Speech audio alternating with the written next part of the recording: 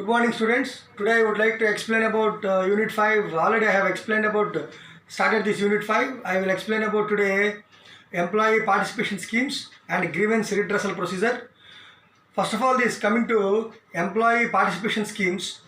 In olden days, Indian employees are having the innate feeling that they are born to serve but not born to rule. This was the caption encashed by many Indian organizations in the country since from the date of independence to till date. Slowly, the picture of serving to born to serve was slowly changing now. Now, most of all the employees are involved in decision making programs from the side of organization, and slowly organizations are encouraging the employees to participating in their effective decision making. In olden days, generally non-administrative employees are involving in decision making, but nowadays each and every employee acts like a shareholder, acts like a owner, and actively involving in organization decision making activities. While coming to various employee management schemes in the country are session box, co-partnerships, works committee, joint management councils, joint councils. Okay, there are so many activities going on in the country in the name of employee participation schemes.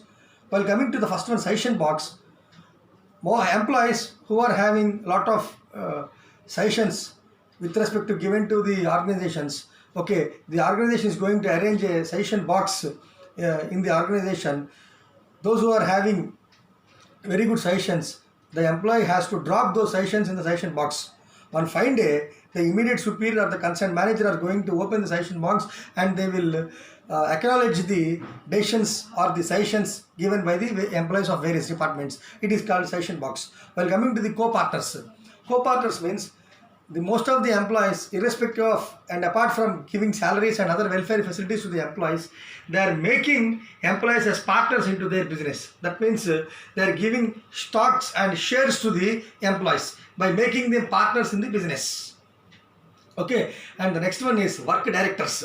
While coming to the work directors, the management committee has selected few members from the employees as managing directors in the board. Okay, that means they are giving freedom and free hand to the employees involved in decision making. It is called work directors. While coming to the shop councils are working under Industrial Establishment and Industrial Dispute Act 1947, and they are telling that they are the part of the industrial employment. Those who are having the equal number of participation from the side of employees and from the side of management. It should not exceed, the representative participation does not exceed more than 12 members in that group. Okay, they will solve all the managerial problems and day-to-day problems of employees like working conditions, food, clothing and shelter, working conditions, lighting and everything, canteen, drinking water facility, each and every day-to-day facilities discussed in the work council or shop council. While coming to the joint management council generally held at plant level. Those who are having employees of more than 500 employees working in the plant, okay, and same equal number of participation from the side of employees and management, day-to-day managerial and operational problems, okay, discussed in that joint management council. While coming to the works committee is also same like shop council and joint management council.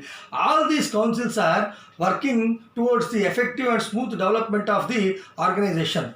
These are called employee participation schemes in the country. While coming to the grievance procedure and grievance redressal mechanism and how to settle the disputes in grievance committee. Grievance, what is meant by this grievance? Grievance is nothing but it is a type of discontentment or dissatisfaction, whether it is expressed or not expressed, whether it is valid or not valid. It should be connected with any type of employment erased by the employees. It is called grievance. And how, when and why this grievance arises? Generally, grievances are of three types: individual grievance, group grievance. Individual grievance, group grievance, organization grievance. These are called three types of grievances. Generally, I told that grievance is a sort of dissatisfaction. Why this dissatisfaction occurs means grievance with respect to non-payment of salaries, management sometimes not recognizing the works of employee, not providing proper working conditions, not providing any safety and welfare measures to the employees. In any form, grievance will arise. The management has taken it as a responsibility on their shoulder to solve the grievances at nook and corner of the organization. Okay, while coming to the grievance redressal mechanisms, there are two types, step ladder policy and open door policy. Students carefully listen, there are two policies, step ladder policy and open door policy. While coming to the step ladder policy, if any employee has occurred with any grievance, okay, first of all, he has to forward that complaint. The grievance employee has to forward the complaint to the immediate superior. The immediate superior forward the complaint to the next authority, and finally it will reach us to the top management. It is called step ladder policy. That means step by step forwarding the complaints to the concerned authority. It is called step ladder policy. And the last one is, second one is open door policy.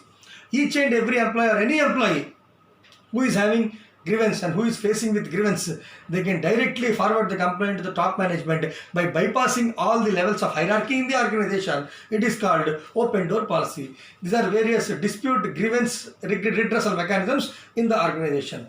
Tomorrow I will explain about managing work stress and natural hazards in the organization. Thank you.